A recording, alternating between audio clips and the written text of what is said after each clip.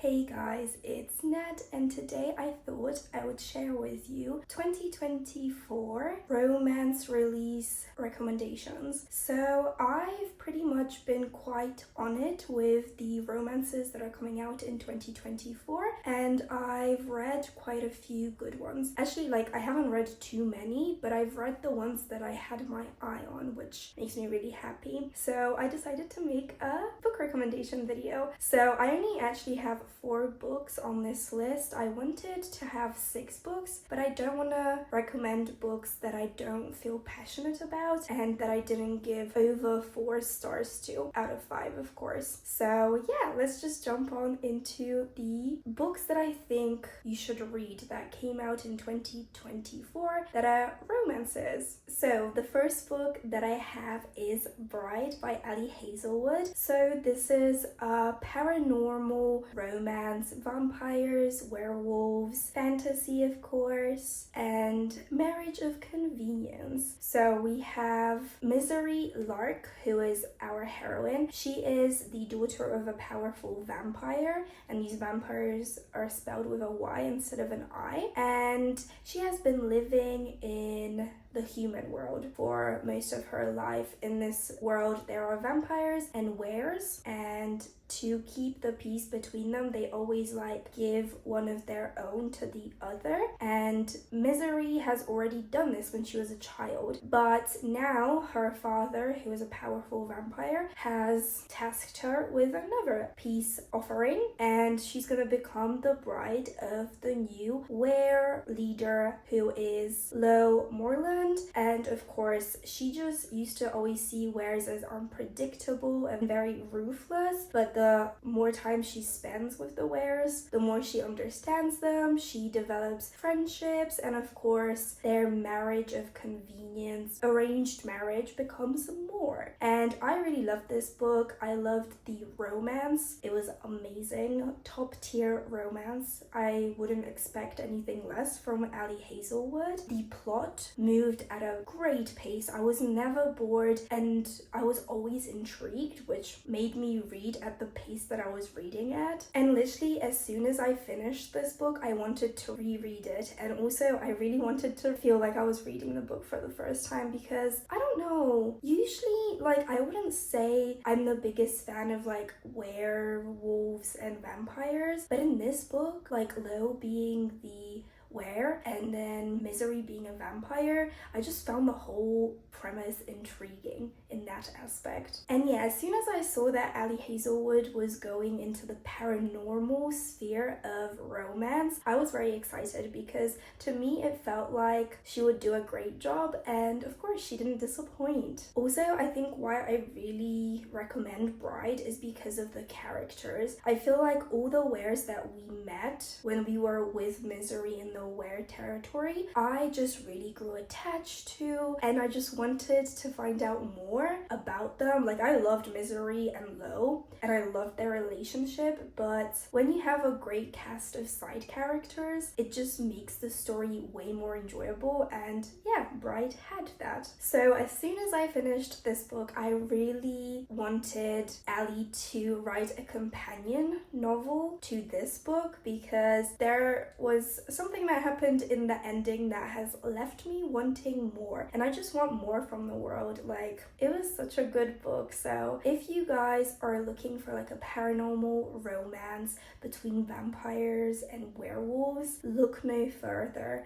Pick up Bride, because I don't think it will disappoint. So far from what I've seen on Goodreads and online, people love Bride, so I think if you haven't read the book, you could be one of those people that loves it too. Okay, the next book that I have for you is Heartbreaker Handoff by Lex Martin. So this is a sports romance. It's friends to lovers. It's kind of accidental pregnancy, but not in the way that you're probably thinking, and it's also a forbidden romance. So Roxy, our heroine, is a Division 1 cheerleader. She is also still in college, but she gets pregnant pregnant by her cheating, lying ex. And her best friend, Billy, who I believe, if I remember correctly, yeah, he's an American football player. He sees her dad go off on her because her dad wants what's best for his little girl. So Billy steps up and takes responsibility and says the kid is his, that he got Roxy pregnant. And yeah, they decide to go on this like fake dating extravaganza because this is also a good thing for Billy because it's gonna help clean up his bad boy image, and it just gets Roxy's lying, cheating ex off her back because he's not expecting the baby to be his. But of course she tells him in the end. So I really love Lex Martin's writing, and I found this story to be so cute and adorable. Usually I'm not a fan of like accidental pregnancies, but it was so refreshing to read about a single mother for once. I usually see like single father romance, but this is a single mother romance who ends up falling for her best friend, and her best friend was there when she needed him most. Like, to me it was so adorable. Billy's a player at the beginning of the story, but he is so sweet when it comes to Roxy that you just want them to be together. And I also feel like I loved the conflict in this story because it felt very mature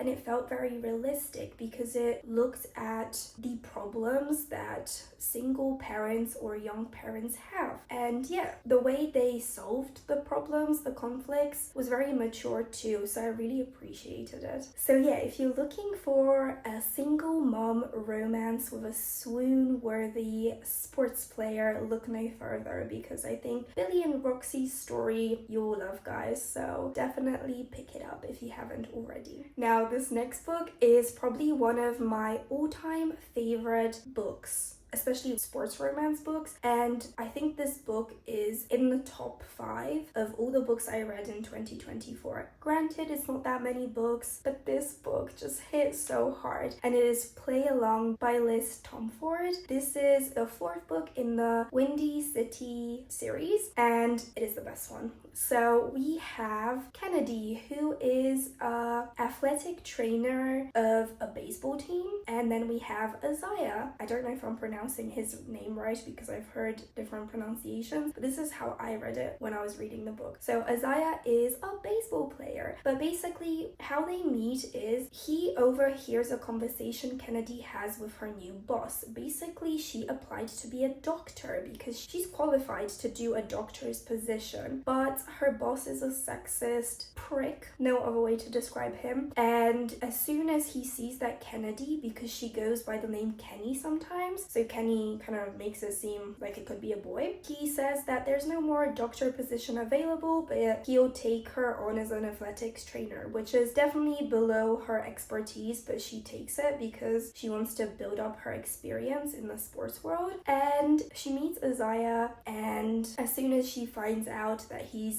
a baseball player, she wants to keep it professional between her and him, as she doesn't want to, I don't know, seem like she's gonna be falling for all the players. Like, she wants to look professional in her job. So yeah, a couple years goes by. Isaiah has always been very flirty with Kennedy, but she's always been like very stern, and she's also engaged at one point. So Isaiah kind of backs off, but then one day he realizes the engagement ring is off her finger, and he's like, this is my chance. But also Kennedy is still kind of iffy about it. Then one day they meet in Vegas, and after kind of drinking a little bit too much and Kennedy being in a kind of low point in her life, she asks Isaiah to marry her, and he says yes. Like, at first he's like, are you sure this is what you want? She's like, yes. And then yeah, they get married and they come back to work, and of course Kennedy is gonna get fired, so they have to keep up this ruse. And Isaiah sees this as a chance to show Kennedy that he is the one for her. And yeah, that is basically the premise of the story. And oh my god, this story was perfect. Usually my problem with Liz Tomford books, in the past I love the characters, usually I love the plot, but sometimes the books are way too long and they could have been shortened a little bit, because sometimes, especially after the halfway point of the book, it feels like things are being dragged out. This book was perfect. It's under 400 pages. I think it was just perfect for the story it was telling. Like, this is a marriage of convenience,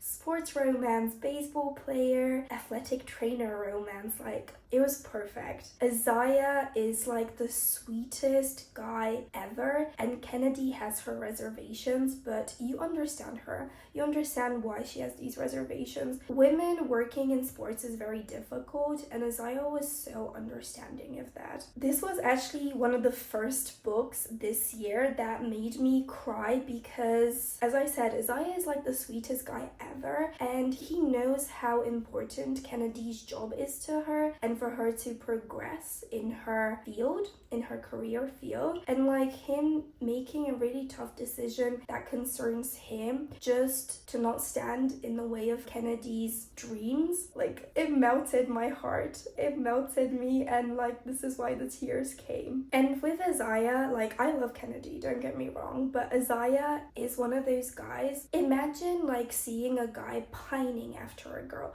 especially since I read the other 3 books. All of these books you can read as standalones, but when you see Isaiah and Kennedy in the other books, and like you see his genuine love for her, like he really likes her, you cannot help that seeing him pining for her for 3 years, like you just want him to get his girl, and he truly deserves her and she deserves him. Like, they're a match made in heaven, and yeah, I couldn't have asked for more from this book. It was so good. So yeah, I highly recommend like reading the other books, even though they're way longer, because you just feel more giddy and excited when you finally get to Isaiah and Kennedy's story. I'm glad that I read them. I didn't read them, I don't think, in order, but I'm glad that I read the other 3 books before jumping on into this one. So I feel like Liz Tomford wrote this for the girlies that love a hero who falls first and love a swoon-worthy hero, because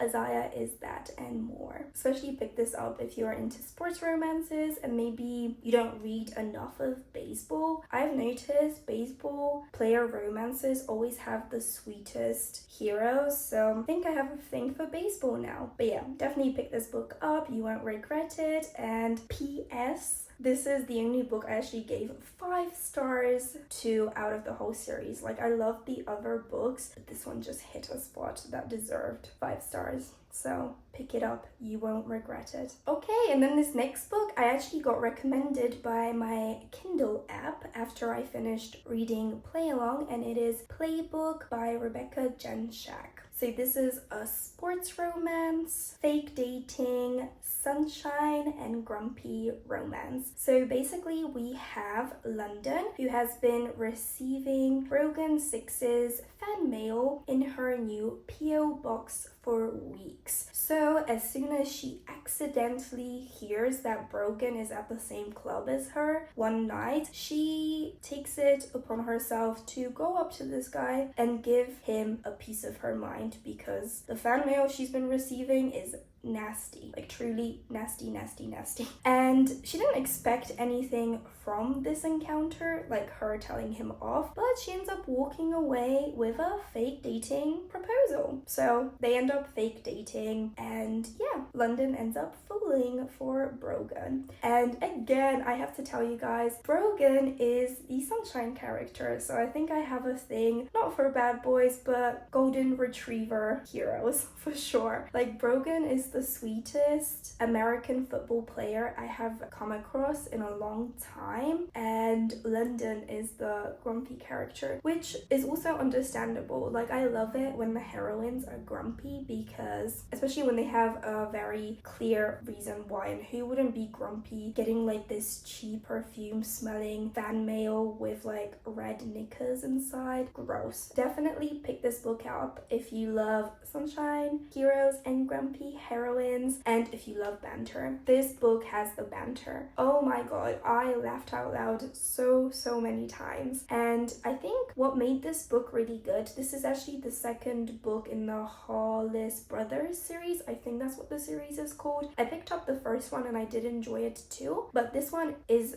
a lot better because Brogan is my kind of hero. I think most people will also like enjoy the brotherly bonds that the Holland brothers have. Brogan is not a blood brother, but you can clearly see he's a brother nonetheless, and I think a lot of people will really appreciate why these two start fake dating, because I think the reason is reasonable, and also why I really enjoyed this book. There is no third act breakup. They have some conflict, they're handled so well, and I just really appreciate when an author, especially for romance, makes the characters not break up. I feel like sometimes it's very redundant and there's no point in them breaking up. Yeah, and to me it kind of felt like a very realistic story. The meet cute was adorable. There was a proposal at the end of the story. It was just so damn adorable. I loved it. So yeah, if you guys want an American football player that's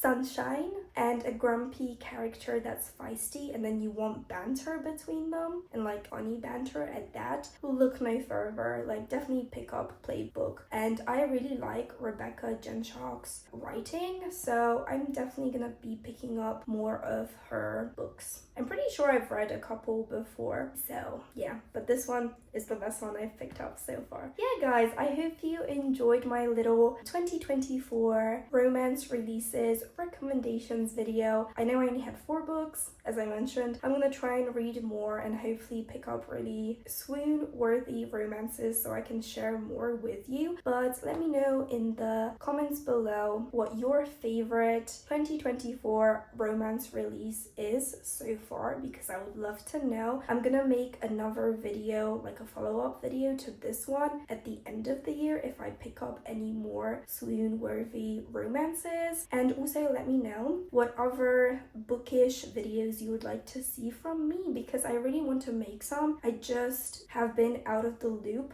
of doing this for so long that I don't remember what bookish videos I could make. I could just look back on my channel, but I just want to see what's relevant. I need to definitely do some research. But yeah, let me know if you've read any of these books as well, as I would love to know your thoughts on them down below. I hope you guys enjoyed, and I'll see you in my next video. Bye guys.